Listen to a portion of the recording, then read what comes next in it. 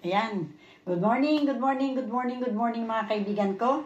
Tayo po'y magluluto ng pork with orange.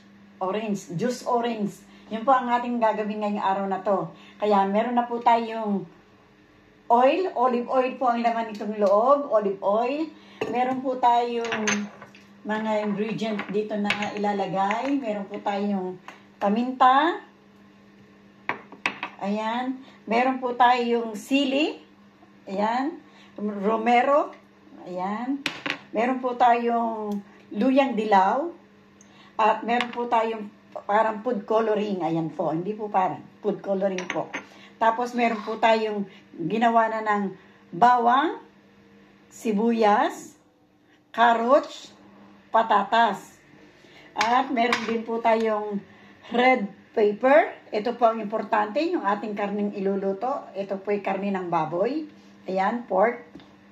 Ayan po. At meron po tayong orange juice na piniga ko na, ready ko na, para hindi na po tayo matagalan pa. Kaya, kumusta na ang aking mga kaibigan? Kumusta na po kayong lahat? Sana po lagi kayo nasa maayos na kondisyon. Ayan po. Ito, umpisahan na po natin ang ating pagluluto para po tayo ay matapos na at hindi po kayo mainip. Ayan po, ininit ni Tita Amy yung ating kawali. Lalagay na po natin itong ating olive oil. Ayan. Sana po yung maging sapat ang ating olive oil dahil ko konti lang po yun nandirito. Pero marami naman po ngayon. Ayan o. Madami po siya. Sapat na sapat po siya. Ayan po. Ang ating olive oil. Yan. Itabi na po natin yon at kuha tayo ng ating panghalo rito. Ayan. Gusto ko yung maliit lang. Ayoko po ng malaking panghalo. Ito po ang ating gamitin. Kahit medyo maliit na. Pero maitim po siya. Pero ganito po ang kulay niya. Maganda naman po siya. Ayan. Style po niya yung kulay. Hindi po siya. Ayan. Thank you po sa inyong lahat. At ngayon ay lalagay na po natin ang ating bawang. Lagay na po natin ang ating bawang. Ayan. Medyo malamig pa ng konti yung ating kalan. Hintayin po natin na medyo minute pa siya ng konti. Pakasan ko po kaya muna ng konti at ating pong hinaan mamaya. Ayan. Para madali po siyang uminit. Ayan. Pero maganda po itong kalan ni Senyora. Malakas po ito. Ayan. Ating pong gawing brown ang ating bawang. Hindi naman po brown na brown. Yung golden brown lang po siya. Para hindi po siya mapait. Pagka po medyo brown na brown, mapait po ang ating bawang. Kaya ang maganda, ang iba ginagawa po, pinagsasabay na yung sibuyas at ang bawang. Pero po tayo, para magkaroon po yung smell, yung amoy po, unahin po natin ang bawang para pag nag-brown naman po siya, golden brown, nandito naman po tayo, atin pong mababantayan siya, hindi po siya masusunog, babantayan po natin siya na maigi. Ayan, nag-aano na po siya, nag-init na po yung ating mantika, yung ating olive oil. Ayan. Ayan na po. Kumulo na po yung ating mantika. Kumulo na. Ayan.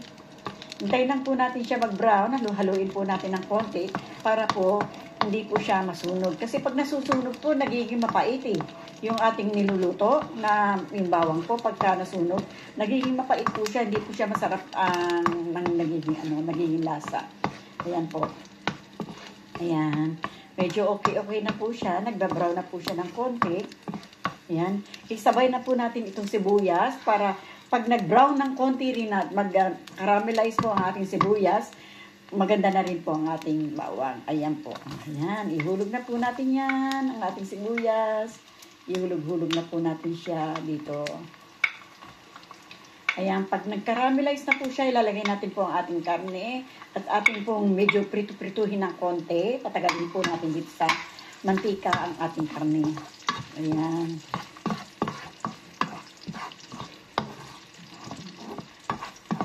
Nandito po tayo sa ating pang-umaga ngayon. Nasa pang-umaga po ako ngayon.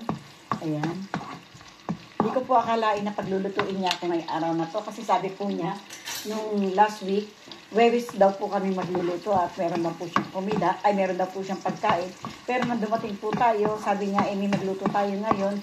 Kasi niluto ko raw po nung nakaraan, hindi ko na po na-video dahil nandito po siya. Dumating po yung kanyang mga anak. At naubos daw po nila yung ating na-prepare kasi si Senyora at si Senyora ay pumapasok din sila. Kaya ang nangyari, sabi niya, Amy, yung ating na-prepare parang pagkain po nila ngayong linggo na to ay nagdating na ng kanyang mga anak. Yun, kinain po nila. Sabi ko, okay yan. Sabi niya, salamat at medyo, yun nga, masarap daw po yung ating mga nilutong pagkain. Yan, sabi ko, salamat po Lord at nagugustuhan naman po nila ang ating mga ginagawang pagkain. Ngayon naman po yung mga invento lang po ni Tita Amy. Katulad po ngayon, nag-squeeze po ako ng orange. Imbis na pininyahang manok, ang ating gagawin ay orange po ang ating ilalagay. Ayan. Orange sa ating pork meat. Meat pork. Ayan. Ayan. Nagbalapit na po magkarami lang isang ating sibuyas kasi maganda po yung kalan ni Senyora, madali pong uminit. Talagang ano po siya. Ikatulad po ng kalan ko, medyo mahina na. Ayan. Lagyan na po natin itong baboy. Ayan. Sulumilyo po itong baboy na to eh. Puro, ibig sabihin ng sulumilyo, puro karne. Wala pong, wala pong buto. Puro karne po siya. Ayan.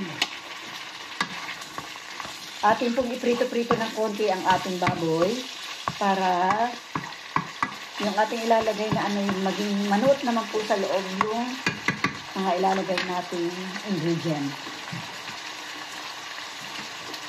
Lalagyan na po ni Tita Amy ng asin para po medyo pumasok po sa loob yung ating ilalagay na asin. Ayan.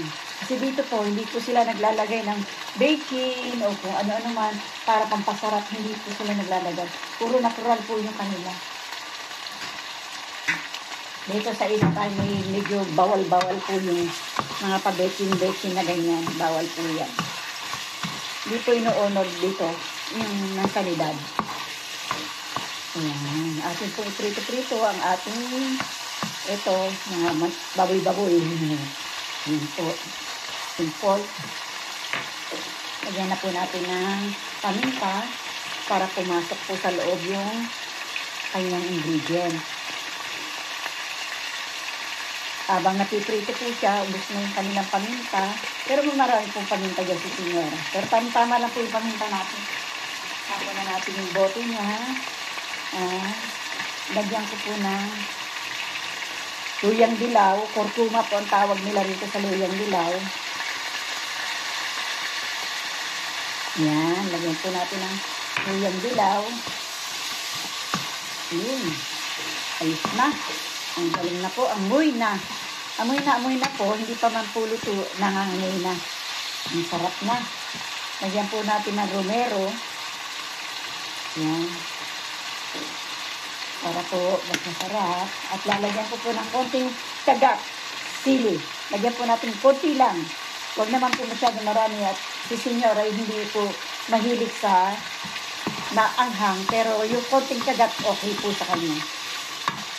Ayan, pinili ko lang ni Tita Amy yung baboy muna para po maging malasa. Ayan. Ang galing. Ayan. Prito-prito po muna natin ng konti. Paprito-prito lang Tita Amy. Ayan. Ganda rin po yung naipiprito ng konti yung ating karne bago po natin iluto ng stock. Ayan, pakita ko po sa inyo yung ating piniritong karne. Ayan, iprito natin po ng konti para po manuot yung lasa po sa loob. Ay, sorry, nalaglag po kayo. Ayan. Sorry po. Bigyan na po yan ni Tita Amy na i-edit kasi hindi po siya marunong. Pasensya na po kayo. Ayan. At lalagyan ko po ng konting kulay para po medyo magkaroon naman po ng ganda sa mata. Kulay lang ang napaganda. Pero masarap po rin naman. Ayan. Para yung kulay po ng orange ay makuha nila Kasi orange po ang ilalagay natin, kaya kailangan po natin lagyan ng kulay. Ayan, pritong-prito na po yung ating karne. Paprito na po natin ang gusto. Ayan. Talaga naman, ayos na ayos. Naan ko po ng konti, kahit naman po yung naluto ng bigla, hindi po masarap yun. Kailangan dahan-dahan po natin iluluto ang ating mga pagkain. Ayan. Dahan lang po natin lutuin para po lumasa ng gusto. Ayan. Lagyan po natin ng ng konting tubig. Lagyan ko po ng kalahating basong tubig para maluto po yung karne. Para po hindi naman po siya matigas. Atin pong palambutin ng konti. Ayan. Konti lang po. Palambutin po natin siya, itong ating karne. Pag lumambot po siya, ayan. Atin na po pagsasaluhan. Ayan po. Takpan po natin siya. Ayan. Para mamaya, titignan natin kung ano ang mangyayari. Ayan. Ayan. Silipin po natin kung ano nang nangyari sa atin. Ayan.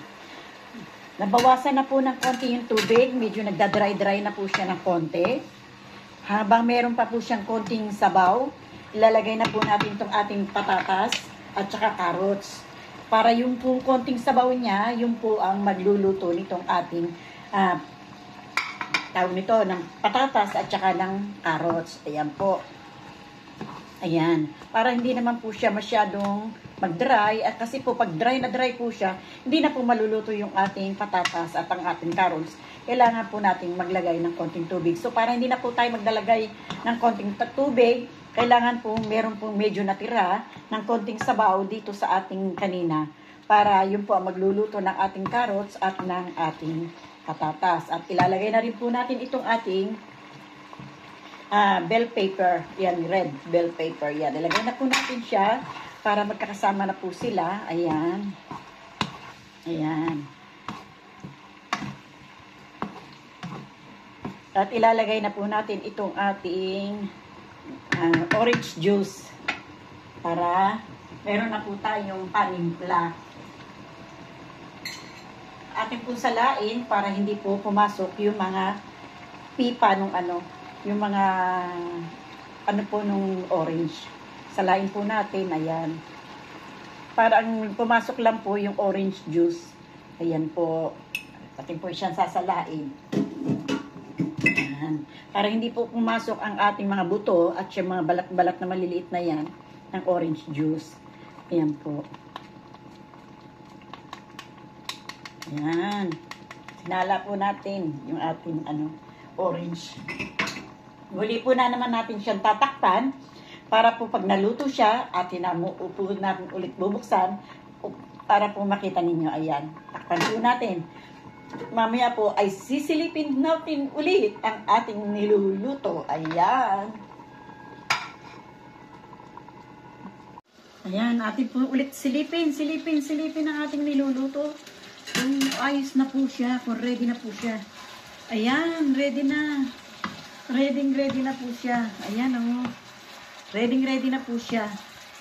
Konting-konti na lang po yung sabaw niya. Halos wala na pa. Halos wala na po. Nagdadry na po siya ng konti. Ang ganda pong tignan. Kaya hindi niyo po makita masyado. Ayan po. Ayan. Kasi wala pong stand si Tita Amy. Para lapit ko na lang po kayo. Yan, papatayin na po natin siya. Pero titikman po natin. Tikman po natin kung okay na po yung lasa niya. Tikman po natin siya.